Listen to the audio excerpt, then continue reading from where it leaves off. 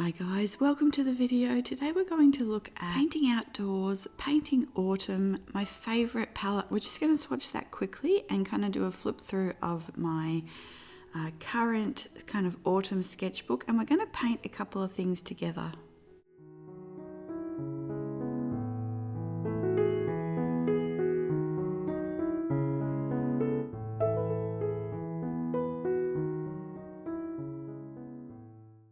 So I have had quite a few new people on the channel, so hi and welcome. I did get a few questions about, do I do larger paintings, do I do courses or Patreon? So I have a course, a landscape course. I've been working on it for several years, and I'm just showing you here what we're going to paint in the course.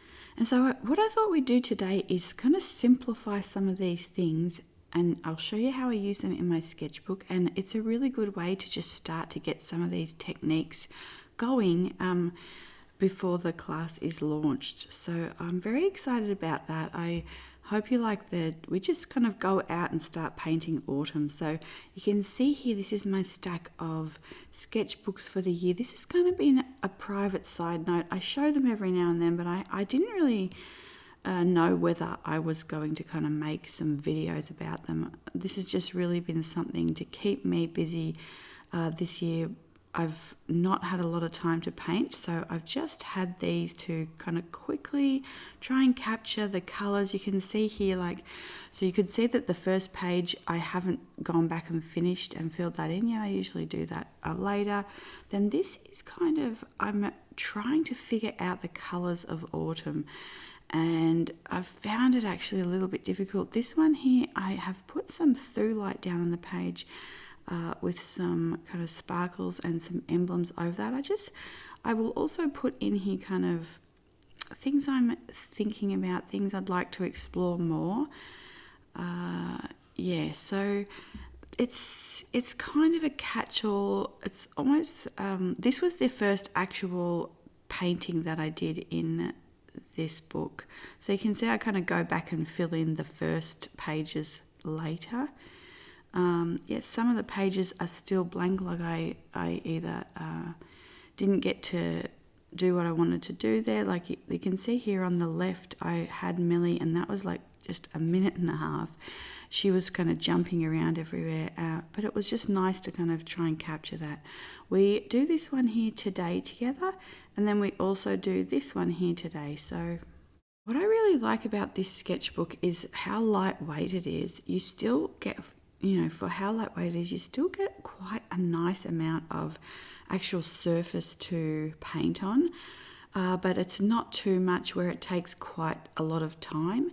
And you also have the writing board. I'll show you at the end. You can see some of the pages I've just gotten a sketch done. This page here, I really didn't like how the tree turned out, but I really liked kind of this side, the leaves here on the side. And so then that's something that I'll look at and maybe retake into another painting. I feel like I've almost filled this sketchbook, but I haven't quite still come to capture the colours of autumn how I want to. So I may actually go back and try and fill another one of these and sort of get to the point that I am looking for. So this, we just did these in one of the last videos. I've been really enjoying swatching colours next to each other like this. You can see I got a piece of wax paper in there as well for if it's not dry and I need to close it. And then this is the board that I'm talking about, so it's quite sturdy to hold and paint on or sketch on, which is really nice. And that's the end. So the book does bulk up quite a bit. And I just really enjoy being able to kind of have a stack of these. They're not very heavy. But I've seemed to be able to get quite a lot of work done. And you can see, even though I've kind of thought I've just had kind of short pockets of time, but you can see that the seasons start to kind of, open, change, how the colours are shifting. Okay, I just had to get Millie, but so we're going to swatch these kind of in the style of the Michael Harding watercolor kind of cards that I showed in the haul. I really liked that, and I thought it'd be nice to kind of swatch these in a way that we could actually put, our swatches of our own palette up in our studio or in front of our desk or somewhere like that. So you can see that always I am getting water and putting it onto my paints like this. For one thing, it really helps you with brush water coordination, how much you need, and those kinds of things. Like if you put a color on that doesn't quite work, you can sort of go back in, and it's just starting to help you understand how the brush works, and also kind of start to introduce you to your painting session. Like, these are the colors I'm working with. So the first color we swatched was Opera Rose. I think I pretty much like all brands. It could be Daniel Smith, it could be Schminker. This one is the Daniel Smith Hibiscus.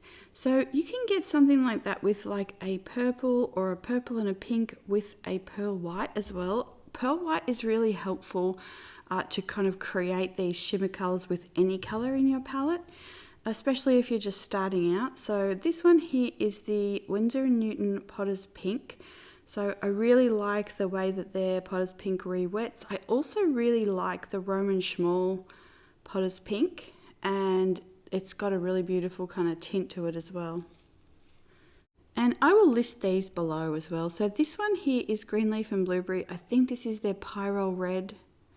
I'm not sure that I don't think it's Pyrrole Scarlet, but I'll check the official name. I think it's Pyrrole Red. And yeah, Pyrrole is just like a beautiful kind of bright red. I find this really useful, like when you're out and about, there's always seems to be pops of red, so it's quite a nice one for that. It's also nice like watered down. It makes kind of a pinky one. You can mix it with pinks, purples, the browns and neutrals, and you just get some lovely colors. This one here is the Creamer Thulite. So this is a really beautiful, very, very soft, subtle pink, and it's got a little bit of grain in it as well. So I really love the texture it provides, and just this soft colouring. So we talked about in maybe not the last video, the one before, about this idea of equiluminance and sort of equal tones of colour melting into each other to kind of create a shimmering effect. So yeah, I really love that kind of thing, these soft tones. And then the one we just did, that's the one I make, and I think it's something like a Sedona or a burnt sienna mixed with pearl white, or maybe a little bit of pink in there as well. This one here is Daniel Smith Pyrrole Orange. Again, it's just a very nice bright orange that you can mute in a lot of different ways. Sorry, better get a drink there. It's it can also be used like mixed with the reds and the pinks to create some coral kind of colors. This one here is let's see, Winsor & Newton cadmium free lemon yellow. So it's a beautiful bright one, again very strong, so you don't need much of it. The one I just did was Daniel Smith French Ochre. It's one of my staples. I really love it. It's a light, soft ochre. This one is Daniel Smith Sedona. Again, it's like a burnt sienna, but it's a soft version. It's got a little bit of this kind of granulation or flocculation. It's just a really lovely one. You can mix this with the pinks or the purples to get really smoky, kind of beautiful colours. You can mix it with greens to get more olive greens. With the blues to get kind of a softened version of a blue. So it's a very useful colour. This one here is Pink Pipestone. I got this one from Rivervale. So I make one of these, but this one is harder to find. I'll link the shop I got it from, but also Greenleaf and Blueberry does one, but I find it's always out of stock. So yeah. This one is Michael Harding. This is a new brand I've been exploring, and I really been enjoying it. So this one is the Warm White. It's kind of like an ivory colour. It went a little bit warmer than it is because I had a little bit of that red in there as well, but it's just a really beautiful one. It's nice to mix with any of the other colours. This one is also one I make. It's probably similar to a Daniel Smith lavender. It might be a little bit brighter than that, but you could mix like a blue and a purple and that warm white, or like a white and get something like that. I just really enjoy having it on hand. So this one is A Gallo Zirconium Blue, and then this one is Greenleaf and Blueberry Verdita.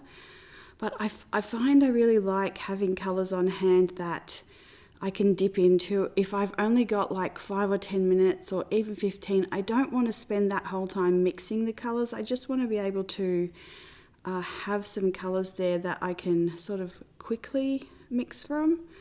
This one is a Greenleaf and Blueberry. It's a grey. Again, I'll put the correct name for it below, but it's just a very nice kind of subtle grey. This one here is the A Gallo Copper. I feel like this would be a bit like the Daniel Smith Sleeping Beauty Turquoise. A lot of brands have kind of this muted turquoise colour, so it's quite a nice one. This is, you can see one of the dots, this is Indigo, Daniel Smith Indigo, as kind of a dark blue. So we've talked about it in the last videos, but I do like having kind of a range of, like a tonal range within the palette. So lighter blues, darker, also greens. This is the Schminker Perylene Green. So again, it's one where like in mass tone it's quite dark, and so it's quite nice like that, and then you can water it down and get quite soft colourings from it as well. This one is Daniel Smith Terra Vert. So this is one we use a lot in the landscape class. I really love this. It's quite a nice mid-tone green, and they make it, I think, with Viridian and a brown, a dark brown. So you can use like even a phthalo green and a brown, or like just a mid green and a brown, like a maybe Sennelier emerald green, something just quite nice. This one is Greenleaf and Blueberry Malachite, and you can see again like the tonal range here, from dark green, mid-tone, a kind of a lighter mid-tone. And then this one is one that I make. It's probably similar to like a Daniel Smith Spring Green or something like that, just quite a nice fresh green. This one is also one I make, but this one I call Olive Pearl, but you can make again something like this, mixing one of these with a white, maybe even the Perylene Green, or like a phthalo green with a white, and just adding a hint of like the French ochre. And so you can see in the palette that I've taken like the little part out that holds the 12 pans. Like this should be a 12 pan palette, and I think I have like 32 colours or something like that in there. So I also want to show you here, these are my two like violets or purples that I have, and this one is ultramarine violet. And I want to show you like mixing these with a few different things, and how just the different tone with a warmer or a cooler purple can kind of change the like the color mixes here. So we're going to just put 3 kind of quick swatches of that here, and we're going to start mixing it with the warm white, and you get these just really lovely kind of soft colors. And then this is with the hematite violet. Again, you're kind of pulling that violet earth color even a little bit more violet. And then this one is with the opera rose. So you're getting kind of a nice, almost like a cobalt violet. Although I think that cobalt violet is a lot more light fast than like this mix would be. But yeah, I love kind of mixing these things and seeing like what would that be versus this one. So this one here is purpurite, and you can see this is a much warmer purple. It leans more towards red, where the other purple leans more towards like blues. So I love this. It's kind of a very kind of understated colour, but I really have been enjoying and using it all year. So again, we'll mix it with the warm white here, and you can see this makes also a really beautiful kind of a neutral. You can use this for shadows and things. Again, this is with the Hematite Violet, and then we'll do the Opera Rose.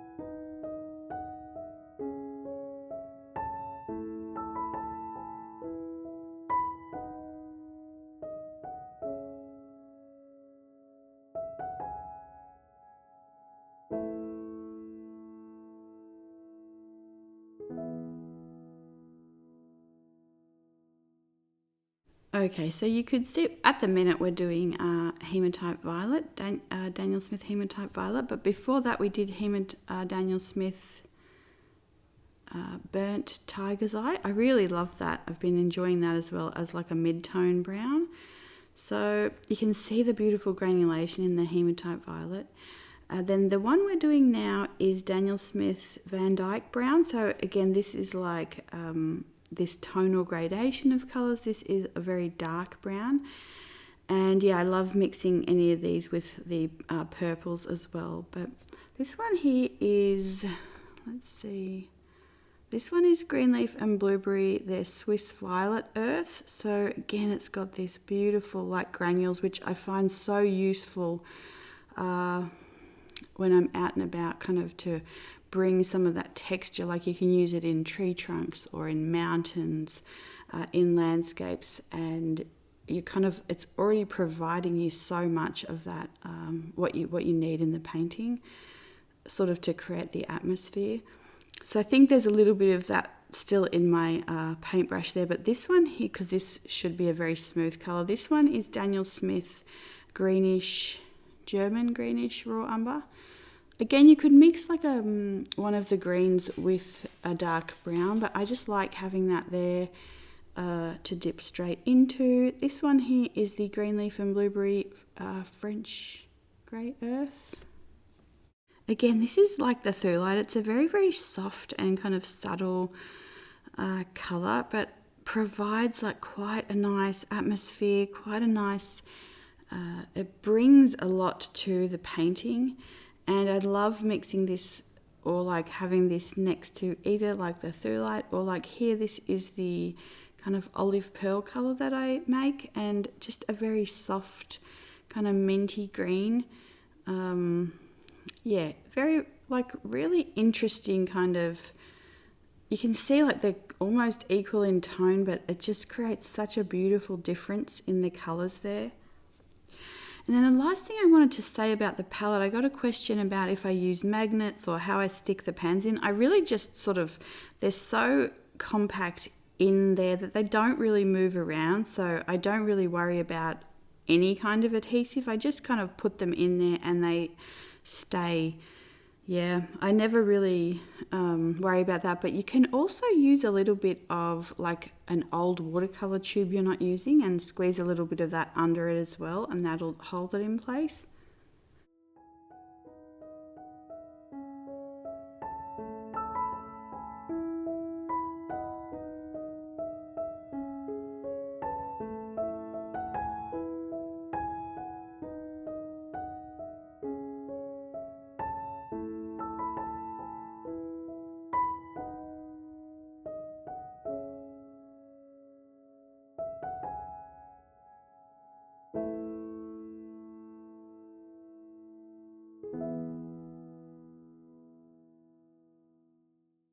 Okay, so this week has been really beautiful. The leaves changing colour. You can see like the shadows on the trunks of the trees, and these kind of honeyed lemon and just really beautiful colors of the leaves. So, and also like they've been falling and quite softly. We've had like some really nice gentle days. Like we've had some really hot ones. I mean, summer was blazing hot, and then yeah, so anyway, it's been quite nice. So I wanted to sort of put that into a sketchbook page and try and capture a little bit of like the rustle of the leaves and the sort of soft wind and the nice breezes. So I'm going to take you through kind of a sketchbook page and show you how I would approach something like this. So first of all, before I even sort of start to do something on the paper, when I'm walking, I'm looking at the leaves, I'm looking at the colors, I'm thinking about how it makes me feel and what from the scene I want to sort of try and convey. So there's, in the beginning, this was really difficult for me because there's so many things that you kind of think, oh, I want to paint that part or that part or that part. And you really have to kind of pick what's your favorite thing that's kind of drawing your attention. So in this scene, it was sort of these lemon colors and the leaves rustling and kind of falling. So the first thing that I do is I am looking if I want to use any masking fluid anywhere. So I take the masking fluid and I've put in these kind of falling leaves across the page. So I put them all sort of going in the same direction, the way kind of the wind is taking them. And then you can see I've switched to like a large watercolor brush and I'm just quickly wetting all the paints there. I'm still looking, you can see, looking at these leaves falling. The trees are quite tall, but I'm thinking that I don't want to focus on how tall they are. I'm just going to focus on the bottom portion and sort of try and capture the trunks and the bottom part of the leaves with these other kind of falling leaves coming. So the first thing I did was wet the entire page. And then I'm going in with some of these darker browns. This one I think is, so this is like hematite violet and the burnt tiger's eye because they're both really nice granulating browns. So I'm painting wet into wet. I'm painting fairly quickly. I'm looking at these kind of the trunks and the branches and how they kind of angle up in the picture, sort of into the distance a little bit. And then I'm starting to quickly put in the colors that I can see. So these kind of almost like spring greens on some of the leaves, these lemon yellows, these kind of honeyed oranges, and kind of like honeyed peach kind of colors.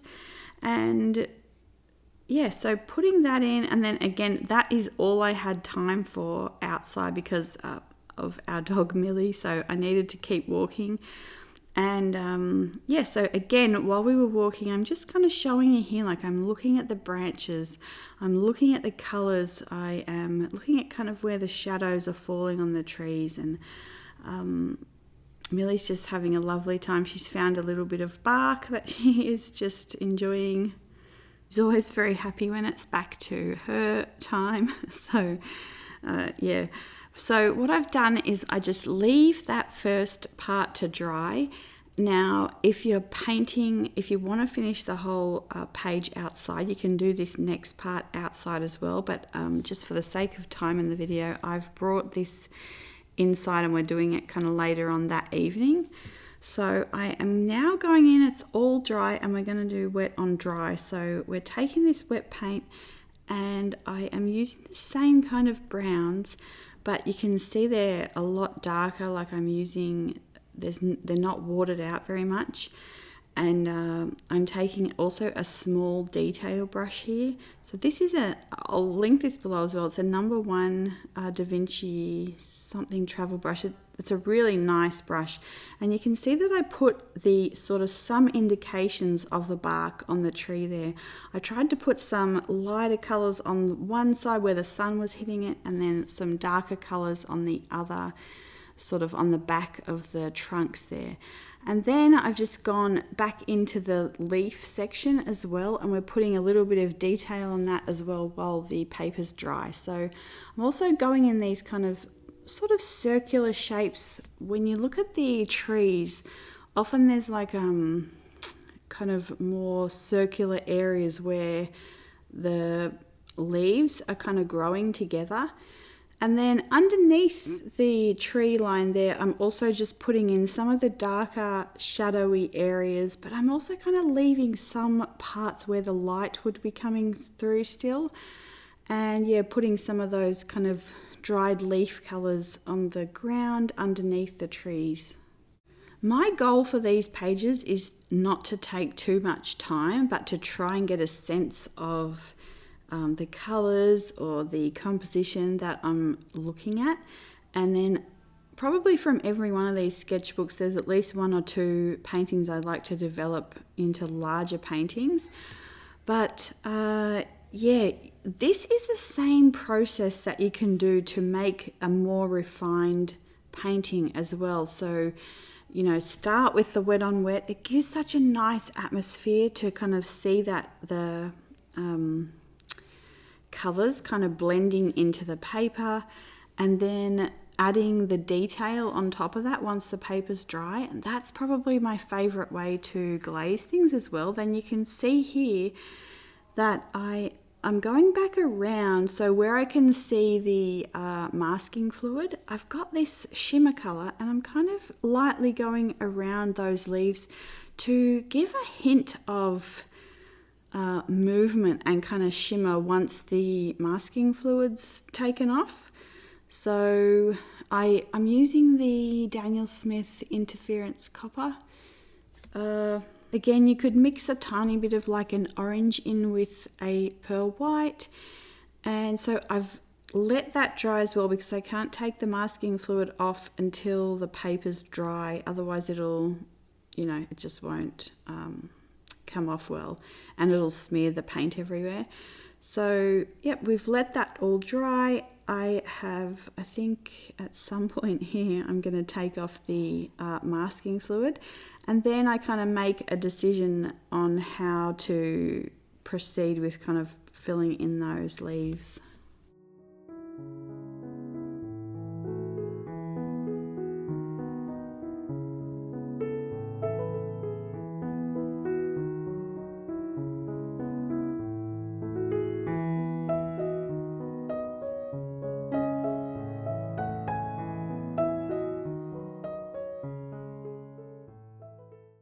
Okay, so once that's off, I can see here that I want to make the leaves a little bit of like a warmer yellow. So I've mixed the lemon yellow with the French ochre, and you can see that I'm not filling in the leaves fully. I'm kind of leaving little bits and hints of kind of highlights there to kind of try and make the feeling of these kind of falling, twirling leaves.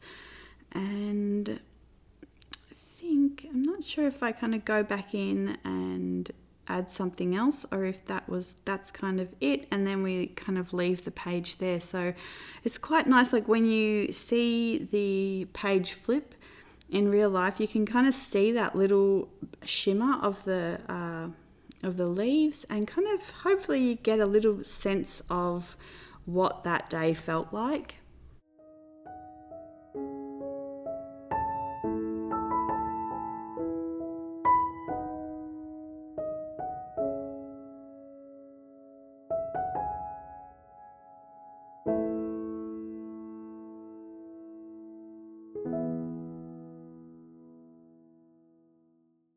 And so again, I probably do one or two of these double page spreads every 2 weeks. But you can pick, like, you know, I've kind of picked just the seasons this year, and thinking about the colors and kind of thinking my way through those. But you could pick, you know, the sky. We will do a whole video just on clouds, and we might next year even fill one of these just on clouds. So this is another page that we're going to do, and I think I did this the day after because the leaves were falling quite quickly, and I wanted to try and just do some of this. You can see this is time lapse, but I'm just quickly getting that page covered in water. So I'm doing it the same way, And again, putting in these, the trunks quite loosely, and this was actually a hotter day as well, so the paper was drying quite quickly. I'm also leaving, so you can see, like I'll leave some gaps in between where the branches are. You could see there that I just made the trunk thicker because I didn't really like where that kind of branch was coming from. So I am kind of lightly and quickly sketching things, and then I've just filled in some colors that I'm seeing, and I've used the red very watered out, so it's going kind of a pink color. Again, the orange very watered out, so it's going this kind of peach color. I've mixed in a little bit of the French ochre with both of those as well and put that through there. So, and these are the same things that you can do with trees, any trees that you're seeing around you. You know, if you've got eucalyptus trees, you're going to see those beautiful kind of more sage greens and the silver tones. If you have more evergreens, you're going to see those deep like perylene greens. But you can do the same thing with the trunks. You can see here I'm again looking at the shadows on the trunks and just the beauty of how tall this tree is. Oh guys, I'm struggling with this voiceover today, but yeah, so you can see that I'm like thinking about that, but again, I didn't want to. I thought about turning the sketchbook the other way and kind of drawing the whole tree, and I might do that like vertically, and I might do that in the next sketchbook, but again, I just thought I would stick to the bottom and kind of work on the trunk and kind of do it that way. I also wanted to paint kind of this aerial scene as well, and some of these ones where kind of the you're looking up and through the branches, so again, like that's something I might do on another page. I think I started sketching that out on one of the pages as well, but yeah, so I've left this one again to dry. That's all I got done outside, and then sometimes I'll come back like the next day and finish off the page, but for the sake of the video, I am just doing this inside now. So this is the nice thing about a project like this, is that you can kind of tailor it to the time you have and kind of where you are and what you're able to kind of accomplish each day. So again, you can see that I am going back in once this is dry, and I'm adding detail to with a smaller brush to the trunk, sort of getting some indications of that bark in there. And again here, so I was using lighter colors on the other trunk, and now I'm using sort of darker, deeper colors on the left trunk, and I'm almost dry brushing some of that on to get some of that texture into the trunk there. You can see the difference just the colouring makes there as well. So I've done the Sedona and the French ochre on the one trunk on the right, and it's so much lighter.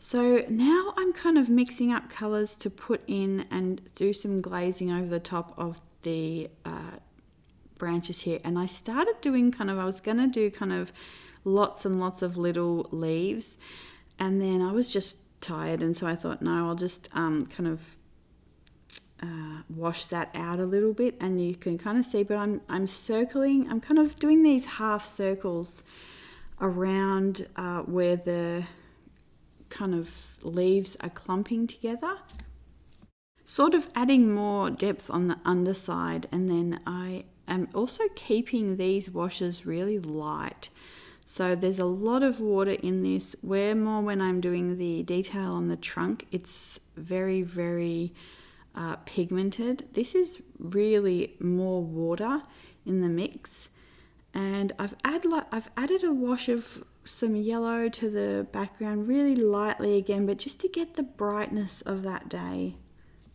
And then I felt like it was a little bit too almost sweet, like too anime kind of sweet, so I got some of the German raw umber, and I'm putting this kind of deep olive green in here for kind of the shadow areas, and to kind of give it a little bit more of that kind of autumn feel, a little bit more like I think, you know, you often more think of spring being quite sweet and soft, but autumn has like a little bit of a deeper hue to it, like a, yeah, so anyway, I put that in there, and I think this is pretty much where I left it. I feel like it needs a little bit more, but hopefully from these processes you can see that fairly quickly you can start to build up these pages and just add little bit by little bit. Let everything dry between layers. That's one of the key points. And just practicing small kind of vignettes like this will really help improve your skills.